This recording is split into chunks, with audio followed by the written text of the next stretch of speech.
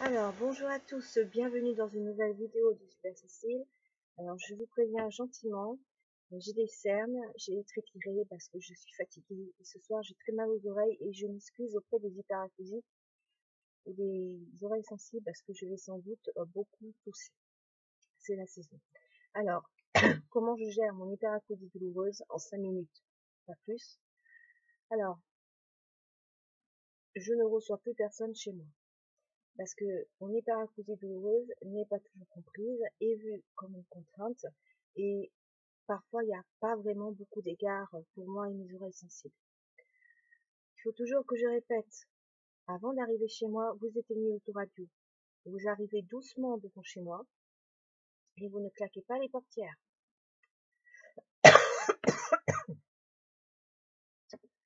Vous ne parlez pas fort, vous éteignez les téléphones portables, vous baissez le son des notifications, vous ne faites pas trop de bruit en vous déplaçant, et ce qui n'a pas été compris plus d'une fois. Mais ça m'a ça m'a profondément blessée dans mon hyperacousie douloureuse et dans mon handicap. C'est que je ne peux pas soutenir une conversation même à voix basse pendant longtemps.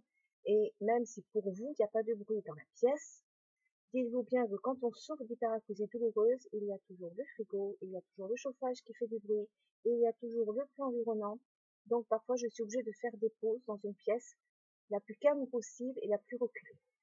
Ça peut paraître comme une marque d'impolitesse, mais si je veux pouvoir discuter avec vous, et ben au bout de 5-10 minutes, j'ai mal aux oreilles, à force de parler avec vous, parler, articuler, ça me fait mal ici, à l'endroit où j'ai des névragies faciales, donc je suis obligée de prendre des pauses de 5 minutes.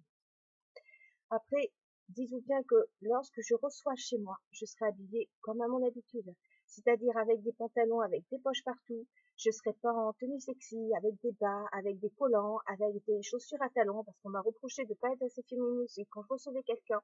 Et ça m'a fait beaucoup de peine parce que j'ai eu l'impression d'être rejetée dans mon handicap, dans ma façon de vivre. Donc j'aurai mon casque, j'aurai mes bouchons, j'aurai parfois un bonnet, oui, un bonnet à l'intérieur, bah oui, on comprend les paracousies douloureuses et névragies faciales, et puis quand on est face à moi, bah là bizarrement on comprend plus, et c'est ça qui me blesse. On vient parfois me voir pour obtenir des informations, ça n'y a pas de souci. Pour en savoir plus, il n'y a pas de souci non plus. Mais qu'on vienne me voir comme si j'étais un animal bizarre, ou pire, oh bah écoute, j'ai bien failli ne pas aller te voir, hein. Finalement, ça aurait pas été très cool pour toi. Et mec, hein, ou la personne qui peut me sortir un truc pareil, euh, je te force pas à venir, hein. Si t'as peur d'être en présence d'un hyperacousique ou d'une hyperacousique, si t'as peur d'être en face d'une personne souffrant d'hyperacousie douloureuse, pardon, euh, si tu appréhendes la rencontre, si tu me considères comme un monstre, comme un alien, comme un extraterrestre, comme quelqu'un d'étrange venant d'une autre planète, je te force pas, on peut annuler le rendez-vous. Je comprendrai très bien, de façon euphémique, je vous rajoute. Mais voilà, on n'a pas besoin de me dire ça, quoi. Oh bah j'ai failli ne pas venir te voir, mais finalement, ça aurait pas été très cool pour toi, quoi. Je veux pas de votre pitié. Tout ce que je veux, c'est ne pas être considérée comme une contrainte, une personne chiante, parce que ce que je vous demande, ne pas claquer les portières, couper l'autoradio, ça devrait aller de soi, quoi. Le bruit me fait souffrir. Je devrais même pas avoir à vous dire de faire attention de pas claquer la portière.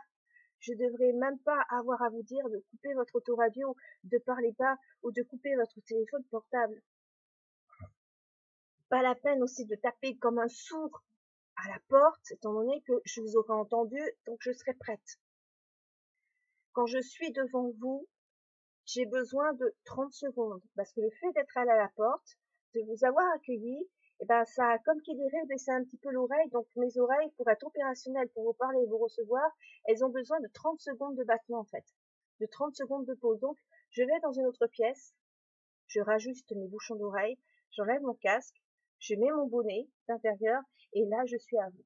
Eh ben, faut croire que ça, même si je préviens sur mon hyperacousie douloureuse et qu'on vient me voir pour ça, eh ben ça aussi, ça a du mal à être cru, quoi. Et c'est pour ça en fait que j'ai lancé mes blogs et que j'ai lancé ma chaîne YouTube, parce qu'il y a des rumeurs qui ont couru que bah, si j'étais continuellement couverte, c'est qu'en fait j'étais défigurée, que j'étais un monstre, que j'étais difforme. Alors vous me voyez devant vous, Vous me voyez à l'extérieur, je suis entièrement couverte avec le chapeau, écharpe, casquette. Oui, j'ai aussi porté le chapeau à la Michael Jackson, j'ai aussi porté le casquette avant, j'ai aussi porté le chapeau cloche. Maintenant, je porte le bonnet perruquin, j'ai aussi porté la chapka. J'ai aussi porté la casquette à oreillettes. Maintenant, à cause de mes bouchons d'oreilles, je suis obligée de porter des bonnets péruviens, et puis avec le casque, voilà, le bonnet, il n'a pas de couture. Alors que les casquettes et les chapeaux, si. Et puis, mon casque anti-bruit, je le mettrai comment? Par-dessus un chapeau à la Michael Jackson. Voilà. C'est-à-dire que j'ai beau expliquer et réexpliquer ce qu'est l'hyperacousie douloureuse, concrètement, comment je vais être présente devant vous, ce qu'il faut faire, comment vous me voyez à l'extérieur et après à l'intérieur. Je sais pas, est-ce que ça vous semble si extraordinaire qu'une femme souffrant de névralgie faciale porte un bonnet à l'intérieur de chez elle, dans sa maison? Est-ce que ça vous semble si extraordinaire que devant vous, quand je parle, j'ai besoin de porter mes bouchons? Est-ce que ça vous semble aussi extraordinaire que je suis une des rares femmes hyperacousiques à oser parler devant vous avec un bonnet, avec des bouchons? Parce que beaucoup de femmes et d'hommes aussi ont honte d'être devant vous, de faire des vidéos aussi, de se présenter telles qu'elles sont dans la réalité hyperacousique. Moi, cette honte, je ne l'ai pas. Ou du moins, j'essaie de ne pas la ressentir, parce que ce que je veux, c'est vous exprimer la réalité de l'hyperacousie douloureuse. Platement, factuellement. Je ne recherche pas la reconnaissance, je ne recherche pas la pitié.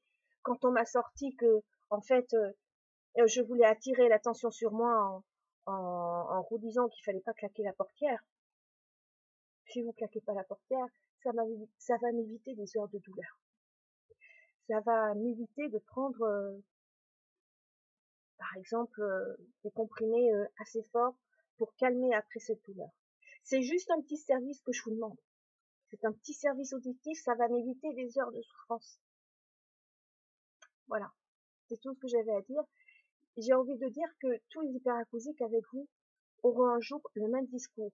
Moins vous faites de bruit et plus vous nous écoutez, c'est ce qu'elle veut dire quand on vous dit de ne pas faire du bruit, et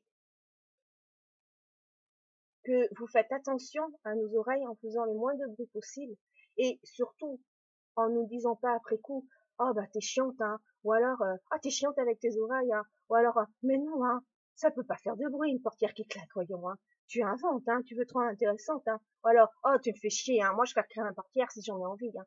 C'est si contraignant de pas claquer une portière.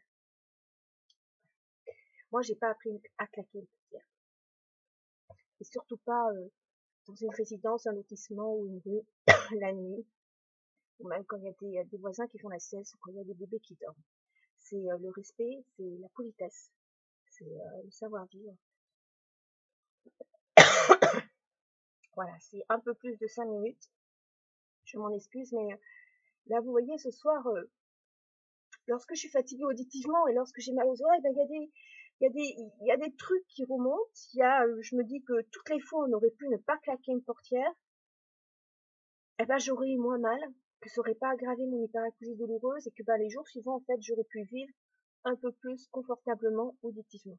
Et là, je parle aussi pour tous les hyperacousiques qui n'osent pas dire « Mais putain, mais tu m'as fait mal en claquant la portière, pourquoi tu la claques pas moins fort, la prochaine fois, claque la portière moins fort. » Et non, je suis pas chiante avec mes oreilles, simplement, claquer la portière, ça nous fait mal aux oreilles quand on souffre d'hyperacousie douloureuse.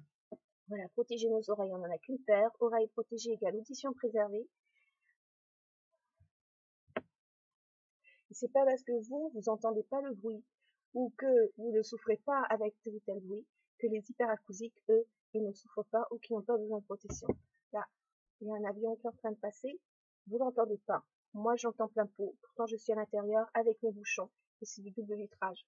Donc, pour ne pas souffrir en plus après la journée,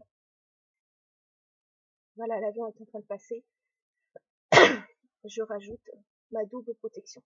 Voilà, alors bis à tous et à bientôt dans une nouvelle vidéo de Super Cécile. Gardons le moral malgré tout.